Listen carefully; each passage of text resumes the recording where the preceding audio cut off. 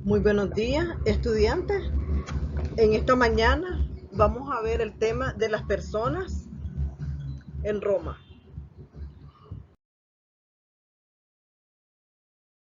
La persona, cómo clasificaban ellos a la persona. Vamos a ver primero el concepto. La palabra persona viene del verbo personare, que en latín significaba producir sonido.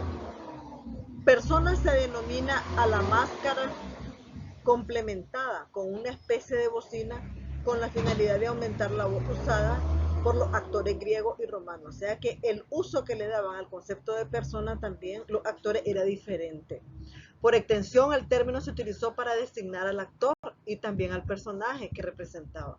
En el lenguaje jurídico también sirvió este concepto para nombrar al sujeto del derecho, al titular de derecho y obligación.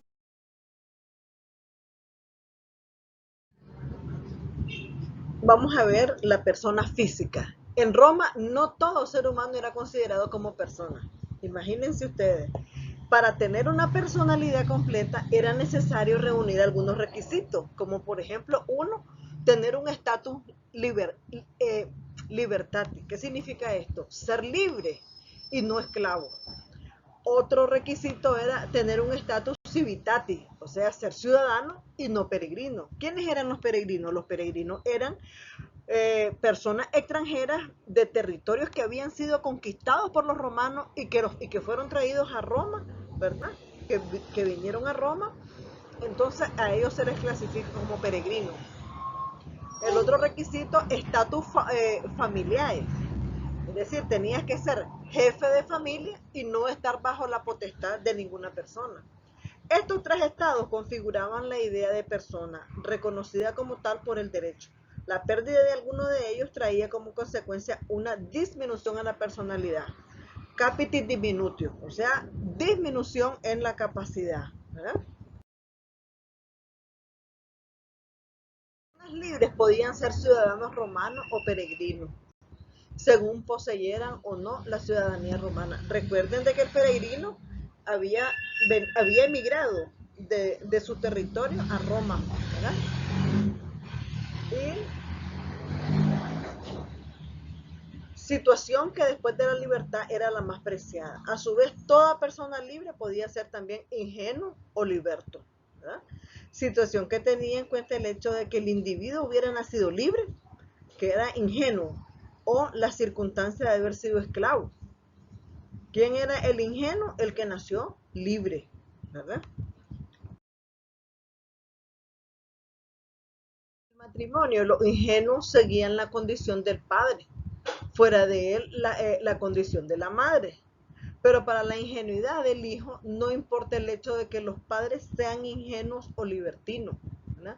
Una vez obtenida la libertad, el antiguo esclavo se convierte en liberto en relación con su antiguo amo o patrono. Y su nueva condición en la sociedad será entonces la de un... Otra clasificación que nosotros vemos en época romana es que consideran al individuo dentro de la familia. Es decir, habían dos clases, los sui juris y los alieni juris. ¿Quiénes eran los sui juris? Eran los que eran personas libres, ¿verdad? Eran las personas que podían tener derechos, que podían casarse, podían tener propiedades. Pero el alieni juris era la persona que estaba sometida a la autoridad del amo. Entonces, las personas alieni juris podían estar sujetas a la patria potestad, ¿verdad? El caso, por ejemplo, de los filifamilias, o bien la manus en el caso de la esposa. La manu es una situación en la que la esposa, ¿verdad?, estaba bajo la autoridad del pater familia, es decir, del padre de familia de esa, de esa familia. Los primeros serán los que no dependan de nadie, ¿verdad? Los sui juris. Y los segundos son los que están sujetos a la patria potestad de otra persona, que podía ser el amo o podía ser el pater familia. En este caso, tanto la esposa como los hijos estaban sujetos a la patria potestad del pater familia. Ellos eran alieni juris, aunque fueran personas libertos, porque eran familias, ¿verdad?, que tenían ciudadanía romana, pero ellos entonces, a pesar de ser ciudadanos romanos, ellos estaban sometidos a la autoridad del pater familia, así como el esclavo. La personalidad. La personalidad comienza con el nacimiento y termina con la muerte, pero se llegó a considerar que el producto concebido pero no nacido, nasciturius, debería ser tomado en cuenta con el fin de garantizarle ciertos derechos que adquiría con su nacimiento, creándose entonces una ficción que consideraba al hijo concebido como si ya hubiera nacido, siempre y cuando naciese con vida. Estamos hablando del niño que está en el vientre materno y entonces se le dan algunos derechos una vez que nace, ¿verdad? Estamos hablando de que al nacer ya él es una persona, ¿verdad? Y entonces ya él puede tener derecho. Pero el que no ha nacido, no puede tener derecho. Después vemos que cuáles eran las clases sociales que se miraban en ese tiempo en Roma. Teníamos la clase más alta que era la de los patricios, los esclavos y los plebeyos. Los plebeyos que era la clase más pobre y los esclavos que eran los que estaban sometidos. El status libertatis y la esclavitud. La esclavitud es aquella institución jurídica por la cual un individuo se encontraba en calidad de una cosa perteneciente a otro, quien podía disponer libremente de él como si se tratara de un objeto de su patrimonio. En otras palabras, el esclavo podemos decir que se caracteriza por tener una situación negativa en relación con el hombre libre. No es sujeto de derecho, sino un simple objeto. No puede ser parte de ninguna relación jurídica. El esclavo no tenía derecho absolutamente a nada. Era un objeto y estaba sometido a la autoridad del amo. El esclavo no podía ser parte de ninguna relación jurídica, ni tener patrimonio, es decir, no podía comprar nada ni vender nada. Activamente en ningún sentido propiedades o tener créditos, no tenía derecho a nada. Pasivamente, ni deuda, no puede contraer matrimonio, ni establecer, por tanto, un verdadero vínculo familiar, ni podía comparecer ante los tribunales como demandante o demandado. Todo proceso establecido en su contra sería nulo.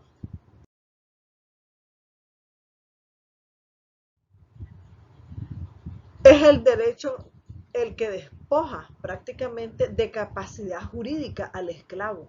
Este conserva su personalidad natural, que de hecho le permite comportarse en la vida como los hombres libres. Así sus relaciones maritales dan origen a una filiación natural, o si goza, por ejemplo, de un peculio otorgado por el amo, su situación es semejante a la del propietario. Sin embargo, no goza del derecho de propiedad ni del de la posesión. Esta degradación jurídica del esclavo se da aún en la época de Justiniano, que fue uno de los emperadores que gobernaron Roma. Sin embargo, poco a poco se van dictando medidas tendientes a su protección para defenderlo de los abusos y la crueldad del amo. Así se van estableciendo una serie de derechos para mejorar su situación. Y eso lo vamos viendo cuando ya viene surgiendo el feudalismo. Se creó una ley Petronia de la época del emperador Adriano que prohibía que se envíe a los esclavos a luchar en el circo, salvo que su situación se derive de una condena. La ley Camelia también de Sicarus condena a deportación o pena de muerte a quien matara un esclavo. Ya aquí vemos que estas dos leyes empiezan a proteger al esclavo, ¿verdad? El esclavo, un objeto, una persona tratada como objeto que no tenía derecho a nada. Tú entonces tienes su origen en la guerra. El vencedor obtiene todos los derechos sobre el vencido. Lo mismo podía condenarlo a muerte que reducirlo a esclavo. Económicamente, esta segunda alternativa era mucho más productiva. Dos, entonces, las fuentes o causas por las que se puede ser esclavo. Una, por nacimiento o por circunstancias posteriores al nacimiento. Y, este, y se consideraba que el hijo de una esclava siempre sería esclavo, en virtud de que los hijos nacidos fuera de matrimonio siempre siguen la condición de la madre. Como la esclava en ningún caso podía contraer matrimonio, su hijo nacería entonces causas entonces posteriores al nacimiento pueden ser consideradas como el derecho de gente, o bien de acuerdo con el derecho civil. Según el derecho de gente, sería esclavo el individuo que cayere prisionero en una guerra.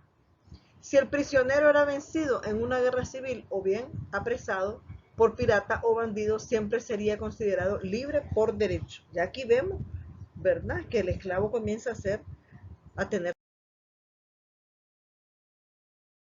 En la época, por ejemplo, preclásica, y según la ley de las 12 tablas, las causas de la esclavitud eran no haberse inscrito en el censo, porque recuerden que de todos los gobernantes que asumieron el poder en Roma, hubieron algunos que crearon ya el censo, ¿verdad? Y entonces esa era una de las causas, ¿verdad?, de la esclavitud, no haberse inscrito en el censo correspondiente, desertar del ejército, y también podía ser esclavo por haber cometido un delito o por no pagar a los acreedores. Ya aquí vemos que en las 12 tablas se contemplaban los deudores, los acreedores insolventes, ¿verdad? En la época clásica del derecho son también 4 las fuentes de esta institución. Estamos hablando de la esclavitud. En aquellos casos en que un hombre libre en complicidad con otro se hacía vender como esclavo para luego reclamar su libertad, ¿verdad?, obteniendo así una ventaja económica a través del engaño. Aquí estamos hablando de un engaño. Alguien se confabula con otro para que lo compre y así obtener su libertad. Esto era causa o fuente de esclavitud. Cuando existía una sentencia, por ejemplo, dictada como consecuencia de haber incurrido en un delito que lo condenara a las bestias, al circo o a las minas, a estos esclavos se les llamaba serui poenae, que significa esclavo de su propio delito. Por aplicación también del Senado Consulto Claudiano del año 52, el cual establece que toda mujer libre tuviese relaciones sexuales con un esclavo ajeno, existiendo de por medio de la prohibición del dueño, caería en la esclavitud. Aquí estamos hablando de que la mujer al tener relaciones con ese esclavo caía también en la esclavitud. El liberto que cometía ingratitud así hacia su antiguo dueño también era una de las causas de. En la época clásica del derecho son también 4 las fuentes. En aquellos casos, un hombre libre en complicidad con, perdón. También por aplicación del Senado Consulto Claudiano del año 52, el cual establece que toda mujer libre que tuviese relaciones sexuales con un esclavo ajeno, existiendo de por medio de la prohibición del dueño, caería en la esclavitud, ¿verdad? El liberto que cometía ingratitud. En la época de Justiniano, recuerden de que el emperador Justiniano también, ¿verdad?, aportó muchísimo, muchísimo eh, en cuanto a la labor legislativa que él hizo, ¿verdad? Entonces, en la época de Justiniano, como consecuencia de la influencia del cristianismo, es suprimida ya en ese tiempo la condena a la esclavitud por cometer un delito, así como la que resultaba de la aplicación del Senado Consulto Claudiano.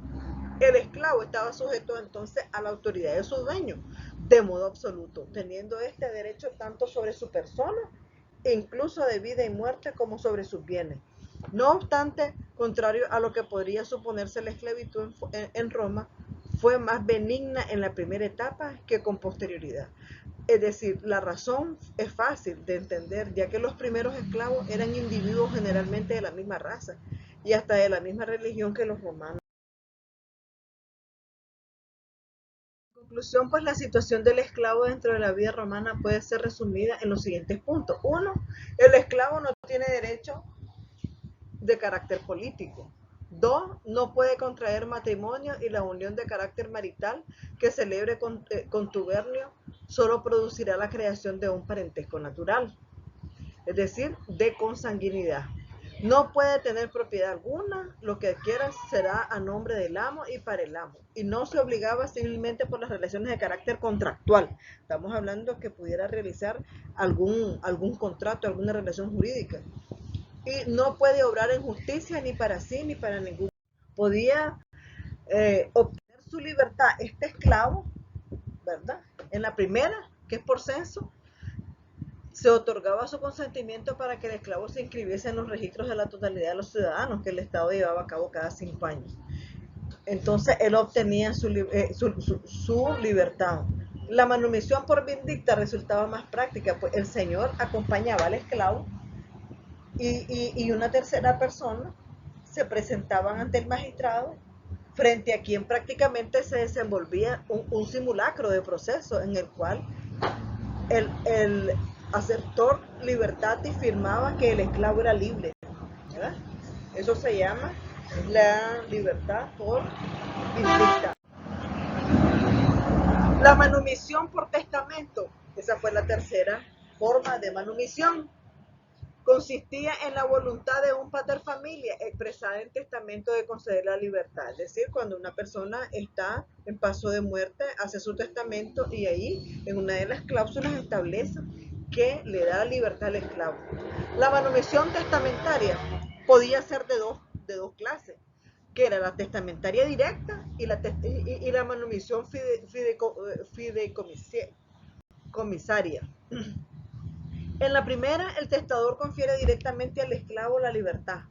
En la manumisión fideicomisaria, el testador concede la libertad indirectamente, pues se limita a suplicar al heredero o al legatario, a quien deja al esclavo, que lo manumitan, es decir, que le den su libertad. El esclavo liberado por cualquiera de estas tres formas automáticamente pues se convertía en libertino y en ciudadano romano.